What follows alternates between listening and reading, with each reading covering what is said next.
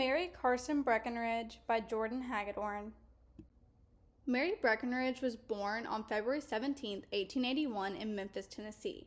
She was the daughter of Clifton Rhodes Breckinridge and Catherine Carson Breckinridge. Her father served as a U.S. congressman from Arkansas and later U.S. minister to Russia under President Cleveland.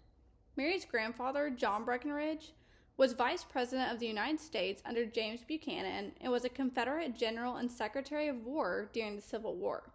She had 3 siblings, and her mother died when she was 10 and she was raised by her grandmother. Due to her family's statute, she spent much of her youth traveling between the U.S. and Europe. She attended private school in Washington, D.C., New York, and abroad, and became fluent in French and German. This education and international exposure shaped her worldview and later helped her humanitarian efforts in Europe. At age 26, in 1907, Mary was engaged to Henry Ruffner Morrison. He was a medical student but tragically died before they could marry. In 1904, she married Richard Ryan Thompson, a lawyer in Hot Springs, Arkansas, and then moved there with him. In 1914, they had their first child, a boy named Clifton.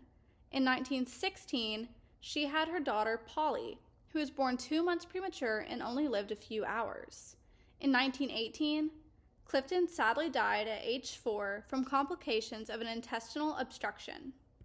The loss of both her children shattered Mary, but was also used as a driving force as she recognized the urgent need for improved maternal and child health care. Shortly after Clifton's death, she divorced Thompson, legally reclaimed her maiden name, and vowed to dedicate her life to preventing such tragedies from other families. Seeking a professional purpose, Mary entered St. Luke's Hospital School of Nursing in New York City, graduating in 1910 as a registered nurse. Following her personal losses, Mary sought to serve abroad. In 1919, she joined the American Committee for Devastated France, also known as CARD, which was directed by Anne Morgan. Mary worked in rural French villages destroyed during World War I, focusing on nutrition, health, and childcare. She documented in letters that most children under 14 were undernourished. She was disturbed that not a drop of milk could be found for babies. She organized a goat fund to supply families with milk goats. She also organized truck deliveries of food, clothing, and supplies by recruiting young French and American volunteers. During this time, she observed French midwives who assisted births but lacked nursing training, and British nurse midwives who combined both disciplines. She said, "In France, midwives were not trained nurses. In America, nurses were not trained midwives. In England, women were trained as nurses and midwives." She traveled to England and studied at the British Hospital for Mothers and Babies in London, and then continued her midwifery training in Scotland under the British system. In 1923, Mary returned home to the U.S. and embarked on a 650-mile horseback tour through the Kentucky mountains to reach Hyden, Kentucky to begin her frontier. When she arrived, she found no electricity, plumbing, proper roads, medical care was nearly non-existent, maternal mortality rates were among the highest in the nation, and infants often died of preventable conditions. Mary realized this was where she could make the greatest difference. On May 28, 1925, she convened the first organizational meeting of the Frontier Nursing Service in Hyden, Kentucky.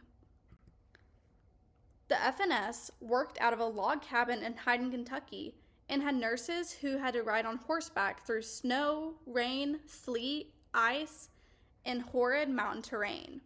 They traveled with 2 saddlebags, one for childbirth supplies and the other for general care supplies. Within the first 10 years, FNS reduced maternal mortality by more than half, and infant mortality dropped dramatically to one of the lowest rates in the U.S. The Great Depression threatened funding, but Mary promoted FNS through lectures, books, and a film made with her cousin, Mary Breckinridge Patterson, who was a filmmaker. By the late 1930s, Mary realized the U.S. lacked a training program for nurse midwives. She then created, in 1939, the Frontier Graduate School of Midwifery in Hyden, Kentucky, the first American school for nurse midwives. In 1954, it expanded into the Frontier School of Midwifery and Family Nursing, later renamed the Frontier Nursing University. The school trained nurse midwives and family to work in rural and underserved areas. Her graduates spread her model of care nationwide. By the 1950s, they had safely delivered their 10,000th baby, which was named Marlene Wooten. Mary continued to write, travel, and oversee the Frontier Nursing Service until her health began to decline in the early 1960s. In 1962, she published her memoir, which was known as Wide Neighborhoods, A Story of the Frontier Nursing Service.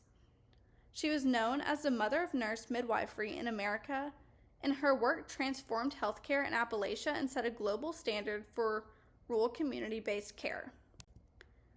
On May 16, 1965, Mary Breckinridge died at age 84.